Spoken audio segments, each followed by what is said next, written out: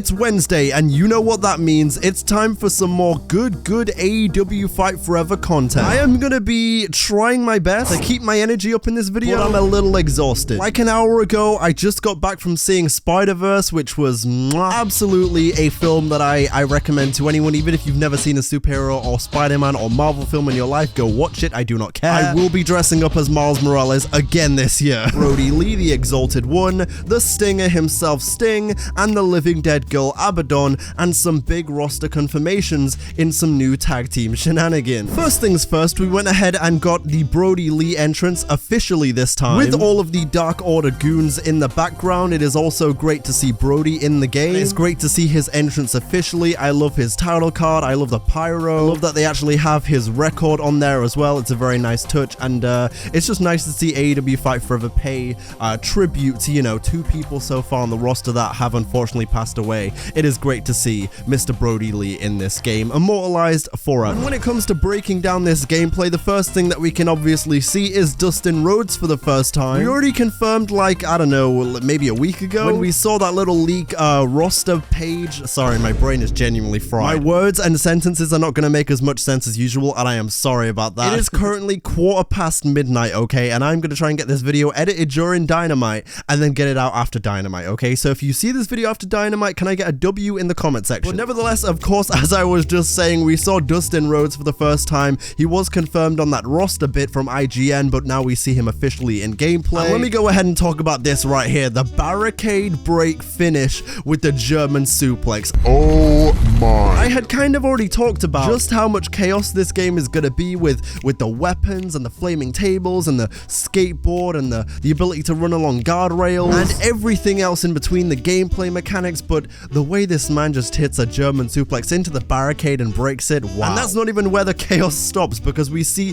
this powerbomb no, I messed it up. Oh my god. Okay, let me try that one more time. Where right here we went ahead and saw a apron powerbomb, which looks very sweet, and there's something I want to talk about as a bit of a general point, but I'm gonna get onto it in just a moment. To wrap up this piece of gameplay right here from Brodie Lee, we saw the the discus clothesline signature Brodie Lee. It looks absolutely fantastic. Once again, great to see the Exalted One in AEW Fight Forever. And that is not where we go ahead and slow down, because we went ahead and saw a Sting character spotlight. Of course, previously we did see from Macho T a little bit of the Sting entrance and everything, but we didn't actually see it in all its glory because, you know, with the gameplay and everything. And so once again, to reiterate, Sting's entrance looks absolutely amazing. I love it. I'm definitely considering using that for Deonte Inferno, I ain't gonna lie. We then see the Stinger hitting the Scorpion Death Drop, which once again, a very sweet, clean animation. We see this, word to Mark Calloway, word to the Undertaker, the Tombstone Pile Driver into this taunt. We see him hitting this Stinger Splash to the back, and of course we see the Scorpion Death Lock. Now, one of my, I think, low-key favorite reveals here today that we saw is, of course, the Living Dead girl, Abadon. There is a lot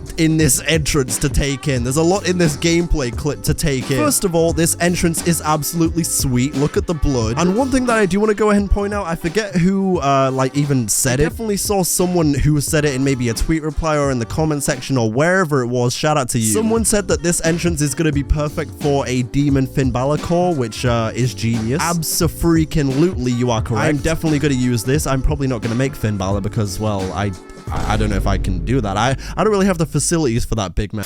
By the way, take a look at this again. This sit-out powerbomb animation is so damn smooth. By the way, something I do want to point out, and this is kind of the general point I was hitting on earlier, but how smooth the gameplay appears to be right now, and in general, for a lot of these animations. I know it's very easy to clown AEW Fight Forever for its graphics or whatever, but it genuinely does look like it's in a great state right now in terms of like how clean and smooth and polished the gameplay appears to be. And it seems to be in a state that is really going to be a great starting point, because as we know, they're going to build upon this game, so that is pretty fire to see that it is in a pretty great state. We then also saw this Hurricane Rana DDT by Abadon, which again is an absolutely sweet animation. I think this is supposed to be kind of like her Black Dahlia, but I'm not entirely sure if that's what they're going for here or if that's a different animation. And again, I can't stress enough how smooth things are in this game right now. We then see Abadon hit an elbow into the finish. And then let's go ahead and talk about this, because we also got some tag team gameplay for the first time. We see Aubrey Edwards absolutely get taken out by Thunder Rosa. And this is also the first time we're getting a better look at Thunder Rosa outside of the previous low quality screenshot that we saw in Road to Elite, where we